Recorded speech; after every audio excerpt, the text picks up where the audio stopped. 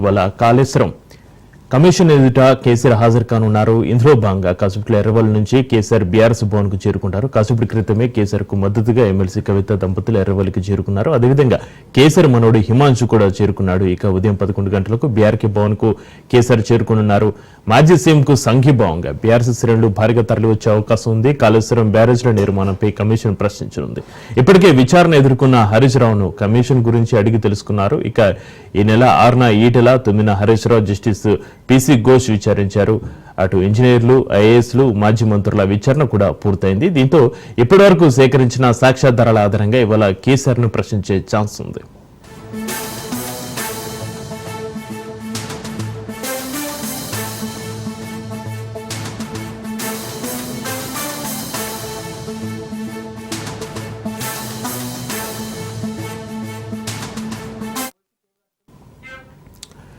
విచారణ కమిషన్ ఎదుట ఓ మాజీ ముఖ్యమంత్రి హాజరు కానుండడం రాష్ట్ర చరిత్రలో ఇది తొలిసారి కావడంతో దీనికి ప్రాధాన్యత సంతరించుకుంది. కాళేశ్వరం ప్రాజెక్టులో భాగమైన మేడిగడ్డ బ్యారేజ్ 2023 అక్టోబర్ 21న కుంగిపోగా అన్నారం, సుందిల బ్యారేజ్లలో సైతం లోపాలు బయటపడ్డాయి. ఇక ఈ 3 బ్యారేజ్ల నిర్మాణంలో జరిగిన అవకతవకలపై విచారణ కోసం 2024 మార్చి 14న సుప్రీంకోర్టు రిటైర్డ్ న్యాయమూర్తి జస్టిస్ పినాకి చంద్రఘోష్తో రాష్ట్ర ప్రభుత్వ విచారణ కమిషన్ ఏర్పాటు చేసింది.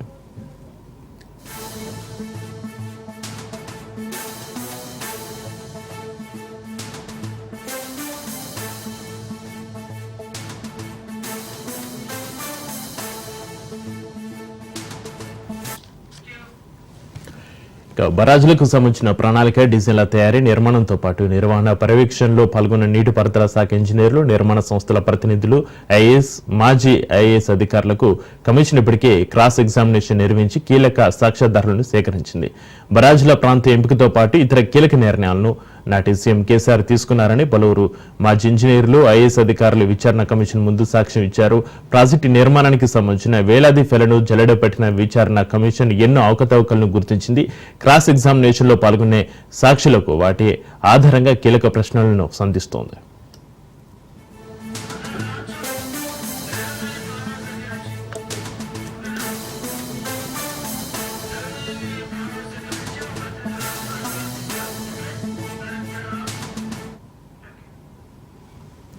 ఇవాళ కాళేశ్వరం కమిషన్ ఎదుట కేసీఆర్ హాజరు కానున్నారు. దీనికి సంబంధించి ఎర్రవల్లి ఫామ్ హౌస్ నుంచి మా ప్రతినిధి రాజు లైవ్ లో అందిస్తారు.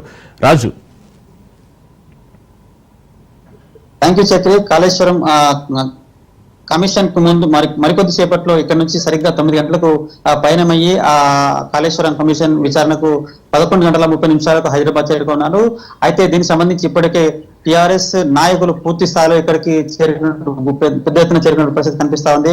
మొత్తానికి భారీ మొత్తంలో నాయకులు భారీ కాన్వాయ్తో సీఎం కేసీఆర్ అంటే మాజీ సీఎం కేసీఆర్ వెంట వెళ్లే అవకాశం కూడా ఉంది. మొత్తానికి ఇప్పటికే ఇక్కడికి కేసీఆర్ ఫామ్ హౌస్ కు పెద్ద మొత్తంలో చేరుకున్నారు.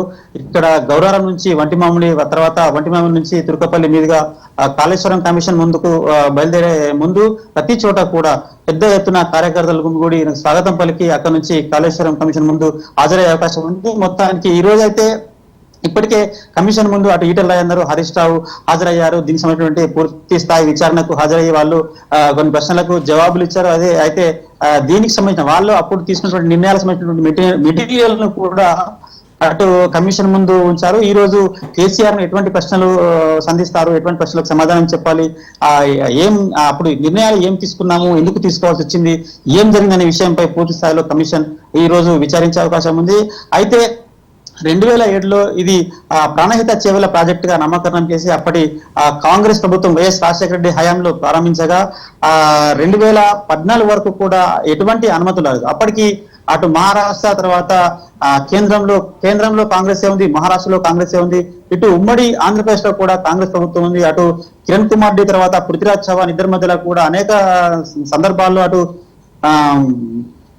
సమావేశం జరిగినప్పటికీ అప్పుడు అనుమతులు రాకపోగా 2014 తర్వాత రాష్ట్రంలో బీఆర్ఎస్ ప్రభుత్వం అధికారంలోకి వచ్చిన వెంటనే అప్పుడు మళ్ళీ ఈ ప్రాణహిత చేవెళ్ల ప్రాజెక్టును నిర్మిస్తే గాని ఇక్కడ తెలంగాణలో పూర్తిస్తే న్యాయం చేయలేము, వేల లక్షల ఎకరాల్లో నీరు ఇవ్వాలంటే అది కాళేశ్వరం ప్రాజెక్టు, ప్రాణహిత చేవెళ్ల ప్రాజెక్టు పూర్తి కావాల్సి ఉంది అనే ఆలోచనతోని అప్పటి కేసీఆర్, హరీష్ రావు బీజేపీ ఏదైతే మహారాష్ట్రలో బీజేపీ ప్రభుత్వం ఫడ్నవీస్ ప్రభుత్వం ఉన్నప్పుడు వారిని సంప్రదించగా వాళ్ళు తమ్మిడిహేటి వద్ద 152 అడుగుల ప్రాజెక్టు వాళ్ళు ఎందుకంటే అక్కడ ముంపుకు ఎక్కువ గురవుతుంది కాబట్టి మేము 152 అడుగుల ఎత్తుకు మేము ఒప్పుకోమని చెప్పిన నేపథ్యంలో అక్కడ నుంచి అక్కడ నీటి లభ్యత లేదని చెప్పి సిడబ్ల్యూసి చెప్పిన నేపథ్యంలో తమ్మిడిహెట్టి వద్ద నీటి లభ్యత లేని కారణంగా మహారాష్ట్ర సర్కార్ నుంచి అనుమతులు రాని కారణంగా అక్కడి నుంచి మేడిగడ్డకు ఈ ప్రాజెక్ట్ ను రీడిజైన్ చేశారు. ఈ కోణంలోనే మేడిగడ్డ నుంచి అటు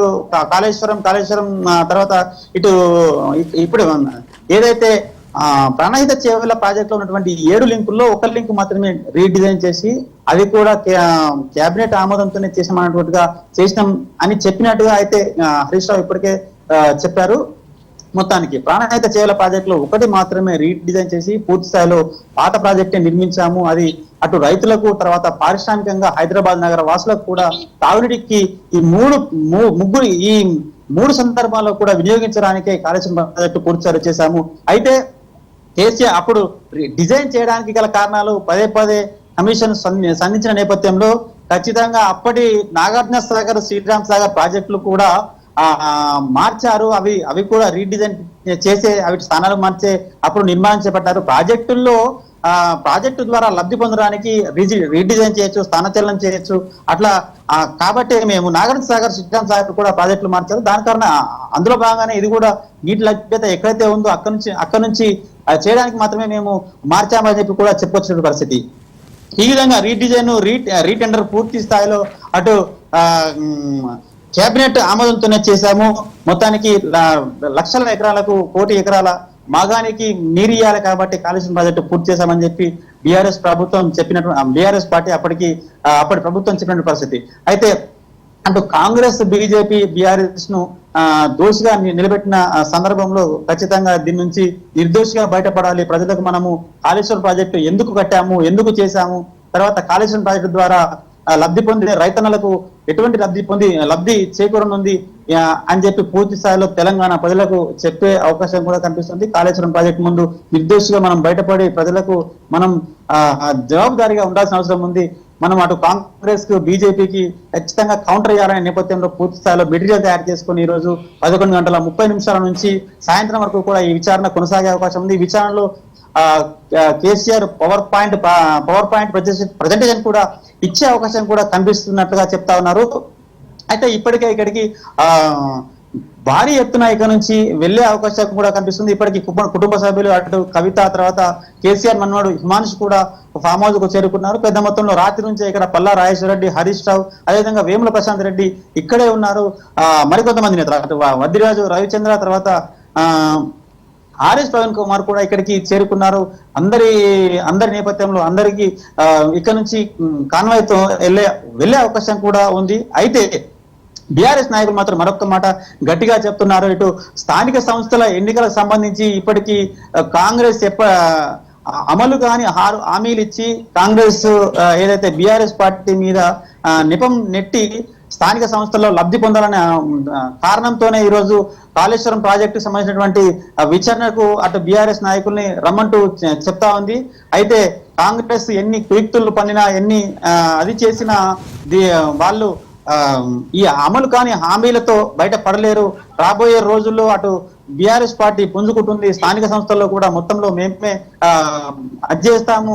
ఈ కాళేశ్వరం ప్రాజెక్టుకు సంబంధించి కూడా పూర్తిస్థాయి మేము నిర్దోషిగా బయటపడతాము. మీరు ఇది బూచిగా చెప్పి అటు అమలు కాని హామీలను మీరు అమలు చేసే అవకాశం లేనందున ఇదంతా బీఆర్ఎస్ పార్టీ పైకి నెట్టే అవకాశం ఉందని చెప్పి కూడా చెప్తున్నటువంటి పరిస్థితి కనిపిస్తోంది. మొత్తానికి అటు కాంగ్రెస్ బీజేపీకి ఇటు బీఆర్ఎస్ గట్టిగా కౌంటర్ కూడా ఇస్తుంది. అదేవిధంగా కమిషన్ ముందు ఖచ్చితంగా హాజరయ్యి పూర్తిస్థాయిలో చెప్పాలని చెప్పి కూడా నిర్ణయించింది. రాజు, మాజీ సీఎం కు సంఘీభావంగా బీఆర్ఎస్ శ్రేణులు భారీగా తరలి వచ్చే అవకాశం ఉందా? ఇప్పటికే బీఆర్ఎస్ పార్టీ నాయకులు అటు మన్మడు హిమాంశు తర్వాత కేసీఆర్ కూతురు కవితతో పాటు మరికొంతమంది నాయకులు ఇక్కడికి చేరుకున్నారు. అటు ఆర్ఎస్ ప్రవీణ్ కుమార్ కావచ్చు, వద్దిరాజు రవిచంద్ర కావచ్చు, తర్వాత మరికొంతమంది నేతలు కూడా ఇక్కడే ఉన్నారు. ఇక్కడ నుంచే భారీగా కాన్వాయ్ వెళ్లే అవకాశం ఉంది. అయితే బీఆర్ఎస్ పార్టీ ఇప్పటికే వేలాదిగా కార్యకర్త రావాలని చెప్పి పిలుపునిచ్చిన నేపథ్యంలో ఇటు కేసీఆర్ ఫామ్ హౌస్ నుంచి నేరుగా గౌరవరం నుంచి ములుగు వంటి మామిడి ప్రతి చోట కూడా పెద్ద ఎత్తున కార్యకర్తలు జమగూడి అక్కడ స్వాగతం పలికి అక్కడ నుంచి భారీ కాన్వాయ్తో కమిషన్ కార్యాలయానికి చేరుకునే అవకాశం ఉంది. ఇప్పటికే పోలీసులు పూర్తి స్థాయిలో ఇక్కడ బందోబస్తు నిర్వహించి వారిని సక్రమంగా నడిచే విధంగా వాళ్ళు చర్యలు తీసుకుంటా ఉన్నారు. అయితే ఇక్కడ నుంచి నేరుగా కాళేశ్వరం కమిషన్ ముందు 9 గంటలకు బయలుదేరి 11 గంటల 30 నిమిషాలకు హైదరాబాద్ అయితే చేరుకుంది. భారీ కాన్వాయ్తో కూడా చేరుకునే అవకాశం కూడా కనిపిస్తుంది. అయితే రాజు, మాజీ సీఎం కేసీఆర్ విచారణ ఈ రోజు ఓపెన్ కోర్టు విచారణ ఉండే అవకాశం ఉందా, లేదంటే ఇన్ కెమెరా ఎంక్వైరీ ఏమైనా ఉంటుందంటారు? ఓపెన్ కోర్టు తో పాటు ఇన్ కెమెరా ఎంక్వైరీ చేసే అవకాశం కూడా ఉందని చెప్తా ఉన్నారు. ఎందుకంటే మాజీ సీఎం కాబట్టి 2 దఫాలు 3 దఫాలు పిలిచే కంటే ఒకసారి పూర్తి స్థాయిలో ఇన్ కెమెరాతోనే విచారణ చేయడానికి ఏర్పాటు చేసినట్టుగా అయితే మనకు బీఆర్ఎస్ నాయకులు లీకులు ఇస్తా ఉన్నారు. మొత్తానికి ఇన్ కెమెరాలోనే కేసీఆర్ విచారణ అంతా కూడా జరిగే అవకాశం కూడా పూర్తి స్థాయిలో ఉంది. అదేవిధంగా ఇప్పటికే అటు హరీష్ రావు ఈటెల రాజేందర్ విచారణ పూర్తయిన నేపథ్యంలో కేసీఆర్ పెద్ద మనిషి, ఆయన వయసు రీత్యా తర్వాత ఆయన ప్రోటోకాల్ రీత్యా ఖచ్చితంగా ఇన్ కెమెరాలోనే ఆయన విచారణ కొనసాగనుంది. రైట్, థ్యాంక్ యూ రాజు.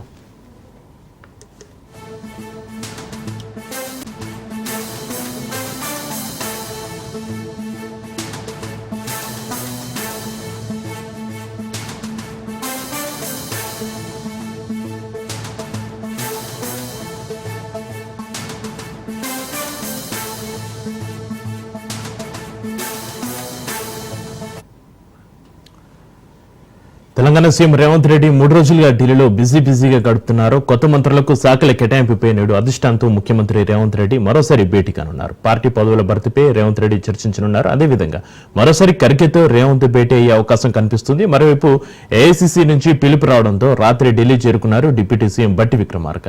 మంత్రి ఉత్తమ్ కుమార్ రెడ్డి శాఖల మార్పుపై వీరితో కూడా చర్చించే అవకాశం ఉంది. ప్రధానంగా మంత్రుల శాఖలో మార్పులు చేసే యోచనలో హైకమాండ్ ఉన్నట్లుగా సమాచారం. మరోవైపు కొత్త మంత్రులకు శాఖల కేటాయింపుపై రాహుల్ గాంధీ ఖర్గేను కలవనున్నారు ఉత్తమ్ బట్టి.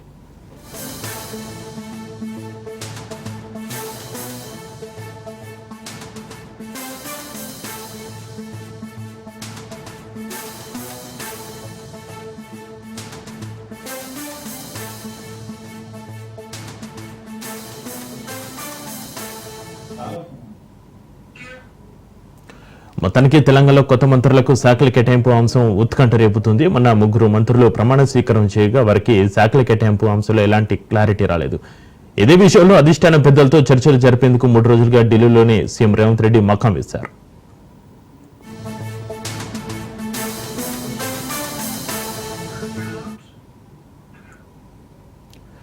ఈ నేపథ్యంలో అనూహ్యంగా డిప్యూటీ సీఎం బట్టి మంత్రి ఉత్తమ్ కి ఢిల్లీ నుంచి పిలుపు రావడం హాట్ టాపిక్ గా మారింది. దీంతో వారిద్దరూ హుటాహుటిన ఢిల్లీకి పయనమయ్యారు. కొత్త మంత్రులకు శాఖల కేటాయింపు, టీపీసీసీ కార్యవర్గ కూర్పు వంటి అంశాల నేపథ్యంలో బట్టి ఉత్తమ్ కుమార్ కు ఏఐసీసీ పెద్దల నుంచి పిలుపు రావడం ఆసక్తిని రేపుతోంది.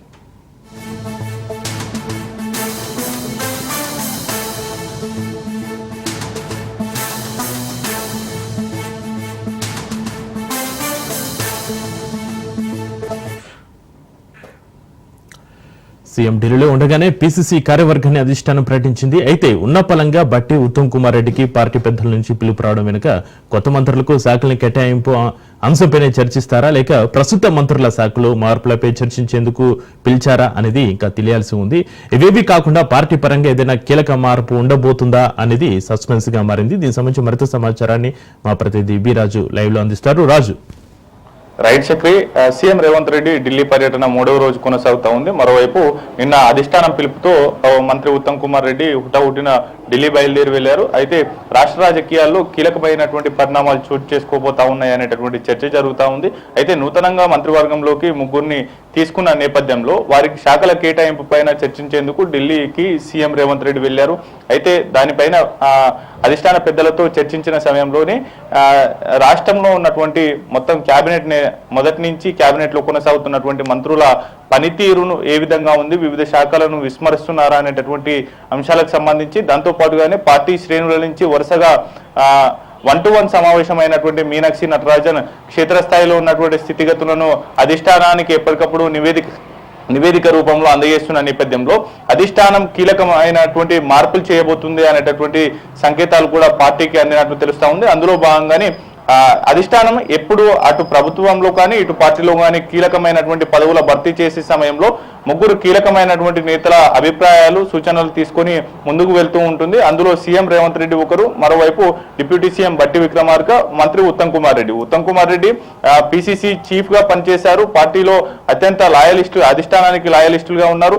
వారి యొక్క అభిప్రాయ సూచనలు తీసుకునేందుకు అధిష్టానం ఆయనను ఢిల్లీకి ఆహ్వానించినట్లు తెలుస్తా ఉంది. అయితే ఇవాళ అధిష్టాన పెద్దలతో నిన్నటి వరకు సీఎం రేవంత్ రెడ్డి అధిష్టాన పెద్దలతో వరుసగా భేటీ అయిన నేపథ్యంలో ఇవాళ ఉత్తమ్ కుమార్ రెడ్డి అధిష్టాన పెద్దలను కలుస్తారు. అయితే శాఖల మార్పులు చేర్పులు ఉంటాయనేటటువంటి పెద్ద ఎత్తున చర్చ నడుస్తూ ఉన్న నేపథ్యంలో అయితే కొత్తగా మంత్రివర్గంలో చేరినటువంటి నేతలకు ఇప్పటి వరకు వివిధ మంత్రులకు కేటాయించినటువంటి శాఖలను సీఎం రేవంత్ రెడ్డి వద్దనే ఉన్నాయి. ఆ శాఖలను కేటాయిస్తారనేది మొదట ప్రచారం జరిగింది.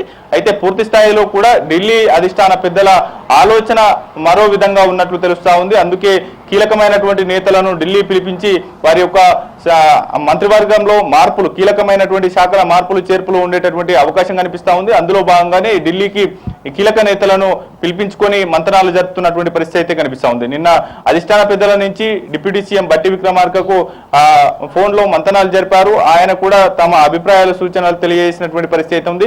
రాష్ట్రంలో అత్యంత కీలకమైనటువంటి శాఖలైనటువంటి ఆర్థిక శాఖ, హోంశాఖ, వీటితో రెవెన్యూ శాఖ, అటు R&B శాఖతో పాటుగానే ఇరిగేషన్, హెల్త్ అండ్ ఎడ్యుకేషన్ శాఖలతో పాటుగానే కీలకమైనటువంటి శాఖల్లో భారీ కుదుపు ఉండబోతా ఉంది. వివిధ శాఖల మార్పులు చేర్పులు ఉండబోతా ఉన్నాయి అనేటటువంటి సంకేతాలు ఇస్తున్నటువంటి నేపథ్యంలో ఎటువంటి ఏ శాఖలు మారుస్తారు, ఏ మంత్రి వద్ద ఉన్నటువంటి శాఖలు ఇతరులకు కట్టబెడతాననేటటువంటి చర్చ ఊపందుకున్న నేపథ్యంలో అధిష్టానం ఎటువంటి నిర్ణయం తీసుకుంటుంది అనేటటువంటి ఉత్కంఠ అయితే అటు ప్రభుత్వంలో కావచ్చు ఇటు పార్టీలో కీలకమైనటువంటి చర్చ జరుగుతున్న నేపథ్యంలో అయితే రాష్ట్ర ప్రభుత్వంలో కొత్తగా మొదటి నుంచి మంత్రివర్గంలో కొనసాగుతున్నటువంటి నేతలు కావచ్చు, కొత్తగా మంత్రివర్గంలో చేరినటువంటి నేతలు పూర్తి స్థాయిలో కూడా మొదటిసారి మంత్రివర్గంలో చేరినటువంటి నేతలు దాదాపుగా ఉన్నారు. కాబట్టి వారికి దాదాపు ఈ 1.5 year లో ఆయా శాఖల మీద పూర్తి స్థాయిలో పట్టు తెచ్చుకోవడంలో కొంత తడపడ్డట్టు కనిపించింది. దాంతో పాటుగానే ఆయా శాఖల IAS అధికారులు కూడా ఆ మంత్రుల మాట వినడం లేదు అనేది కూడా పెద్ద ఎత్తున ప్రచారం జరిగిన నేపథ్యంలో ఈ యొక్క ఇప్పుడిప్పుడే ఆయా శాఖల పైన పూర్తి స్థాయిలో గ్రిప్పు వస్తున్న నేపథ్యంలో మరోవైపు ఆ యొక్క వివిధ శాఖల మార్పులు చేర్పులు చేస్తే గనక మొదటికే వస్తుంది ఈ యొక్క పరిస్థితి అనేది కూడా ఒక అనుమానం అయితే మంత్రుల్లో కనుగుతున్నట్టు తెలుస్తా ఉంది. ఓవరాల్ గా ఏది ఏమైనప్పటికీ కాంగ్రెస్ పార్టీలో అటు ప్రభుత్వంలో కానీ AICC నిర్ణయమే అల్టిమేట్ గా ఉంటుంది. కాబట్టి వారు ఎటువంటి నిర్ణయం తీసుకున్నా దాన్ని తూచ తప్పకుండా ఇటు రాష్ట్ర నాయకత్వం పాటించాల్సి ఉంటుంది. కాబట్టి మంత్రుల శాఖలకు సంబంధించినటువంటి భారీ కుదుపు ఉండబోతా ఉంది. మార్పుల చేర్పులకు సంబంధించి కూడా పెద్ద ఎత్తున చర్చ జరుగుతూ ఉంది. కాబట్టి వరుసగా ఇవాళ 3వ రోజు ఢిల్లీలోనే సీఎం రేవంత్ రెడ్డి ఉన్నారు, అందుబాటులో ఉండాలి, అధిష్టాన పెద్దలకు అందుబాటులో ఉండాలి అనేటటువంటి ఇది కూడా సీఎం రేవంత్ రెడ్డికి సూచించినట్లు తెలుస్తా ఉంది. ఇవాళ ఉత్తమ్ కుమార్ రెడ్డితో అదేవిధంగా మరోసారి సీఎం రేవంత్ రెడ్డితో కూడా అధిష్టాన పెద్దలు భేటీ అయ్యేటటువంటి ఛాన్సెస్ అయితే కనిపిస్తా ఉన్నాయి. ఆ తర్వాత కొత్త మంత్రులకు ఎటువంటి శాఖలు కేటాయిస్తారు, గతంలో మొదటి నుంచి మంత్రివర్గంలో కొనసాగుతున్నటువంటి మంత్రుల శాఖల మార్పులు చేర్పులకు సంబంధించినటువంటి అంశం మీద పూర్తి స్థాయిలో స్పష్టత వచ్చేటటువంటి అవకాశం అయితే కనిపిస్తా ఉంది. చక్రి రాజు, సీఎం ఢిల్లీలో ఉండగానే PCC కార్యవర్గాన్ని అధిష్టానం ప్రకటించింది. అయితే ఉన్నపలంగా బట్టి ఉత్తమ్ కుమార్ రెడ్డికి పార్టీ పెద్దల నుంచి పిలుపు రావడం వెనక కొత్త మంత్రులకు శాఖల కేటాయింపు అంశంపైన చర్చిస్తారా, లేక ప్రస్తుత మంత్రుల శాఖలు మార్పులపై చర్చించేందుకు అవకాశం ఉందంటారా? ఏమైనా ఇన్ఫర్మేషన్ ఉందా రాజు? కొత్తగా మంత్రివర్గంలో చేరినటువంటి ముగ్గురు మంత్రులకు కూడా శాఖలను కేటాయించాలి అని అనుకుంటే కనుక పెద్ద పని కాదు. అది సీఎం రేవంత్ రెడ్డి బాధ్యతలు, లేదంటే రాష్ట్ర నాయకత్వం అటు రాష్ట్ర ప్రభుత్వంలో కీలక పొజిషన్ లో ఉన్నటువంటి టాప్ 1 లో ఉన్నటువంటి ముగ్గురు నేతలు కూర్చొని డిసైడ్ చేసే సరిపోతుంది అనేటటువంటి చర్చ నడుస్తూ ఉంది. అయితే పూర్తి స్థాయిలో కూడా కేబినెట్ లో ఉన్న దాదాపు మంత్రుల శాఖల మార్పులు చేర్పులు ఉండబోతా ఉన్నాయి అనేటటువంటిది ప్రధానంగా చర్చ జరుగుతూ ఉంది. అందులో భాగంగానే అధిష్టానం ప్రత్యేక శ్రద్ధ పెట్టి ఈ యొక్క మార్పుల చేర్పుల పైన పూర్తి స్థాయిలో పట్టున్నటువంటి నేతలకు ఆయా శాఖలను అప్పగించాలి, పూర్తి స్థాయిలో కూడా ఆయా కీలకమైనటువంటి శాఖలను వివిధ సామాజిక సమీకరణాల దృష్టిలో పెట్టుకొని అన్ని వర్గాలకు అవకాశం ప్రాధాన్యత ఇచ్చే విధంగా నూతన మంత్రివర్గం ఉండాలి అనేటటువంటి అంశాన్ని దృష్టిలో పెట్టుకొని ఏఐసిసి ఈ ముగ్గురు నేతలను ఢిల్లీకి ఆహ్వానించినటువంటి పరిస్థితి అయితే కనిపిస్తా ఉంది. వారితో అదే అంశానికి సంబంధించి చర్చలు కూడా కొనసాగుతున్నట్లు సమాచారం అందుతా ఉంది. Chakri right, thank you Raju.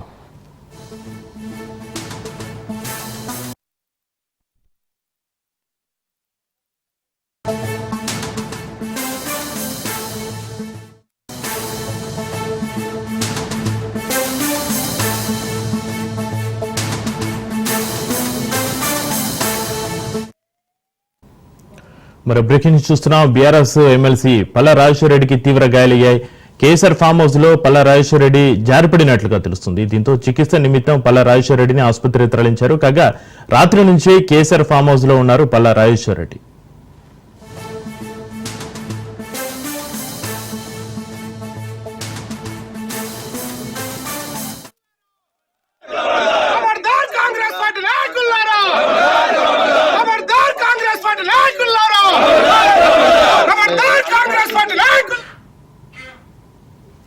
BRS MLC Palla రాజేశ్వరరెడ్డికి తీవ్ర గాయాలయ్యాయి.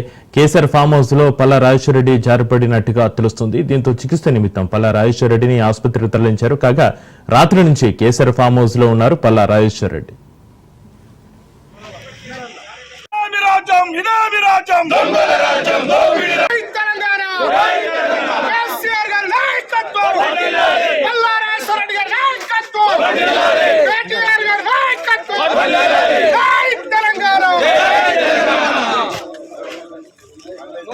खबरदार कांग्रेस पार्टी नायकुलारा खबरदार कांग्रेस पार्टी नायकुलारा खबरदार कांग्रेस पार्टी नायकुलारा खबरदार कांग्रेस पार्टी नायकुलारा रेवंत रेड्डी दुरानायना कांग्रेस वाला जय तेलंगाना जय तेलंगाना जय तेलंगाना जय तेलंगाना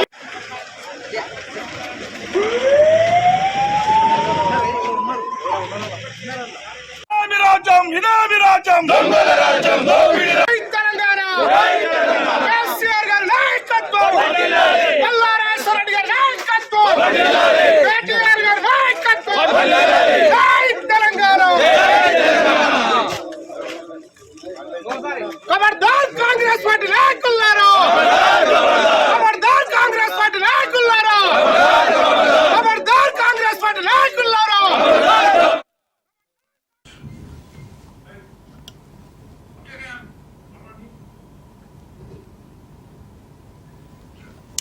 బీఆర్ఎస్ ఎమ్మెల్సీ పల్లా రాజేశ్వరరెడ్డికి తీవ్ర గాయాలయ్యాయి. కేసీఆర్ ఫామ్ హౌస్ లో పల్లా రాజేశ్వరరెడ్డి జారిపడినట్లుగా తెలుస్తుంది. దీంతో చికిత్స నిమిత్తం పల్లా రాజేశ్వరరెడ్డిని ఆసుపత్రికి తరలించినట్టుగా తెలుస్తుంది. దీనికి సంబంధించి మరింత సమాచారాన్ని మా ప్రతినిధి రాజు లైవ్ లో అందిస్తారు. రాజు,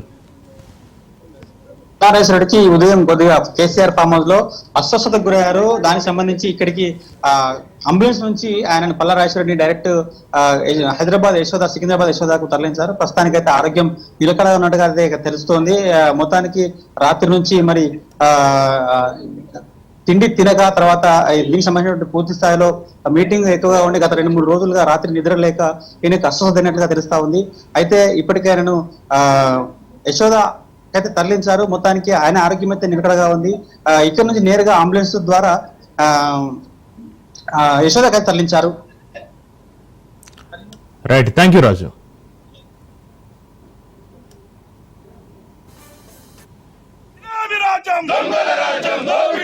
తెలంగాణ కేసీఆర్ గారి నాయకత్వం పల్లా రాజేశ్వరరెడ్డి గారి నాయకత్వం కేటీఆర్ గారి నాయకత్వం జై తెలంగాణ ఖబర్దార్ కాంగ్రెస్ పార్టీ నాయకులారా ఖబర్దార్ కాంగ్రెస్ పార్టీ నాయకులారా ఖబర్దార్ కాంగ్రెస్ పార్టీ నాయకులారా ఖబర్దార్ కాంగ్రెస్ పార్టీ నాయకులారా రేవంత్ రెడ్డి దురానాయన కాంగ్రెస్ వాలా జై తెలంగాణ జై తెలంగాణ జై తెలంగాణ జై తెలంగాణ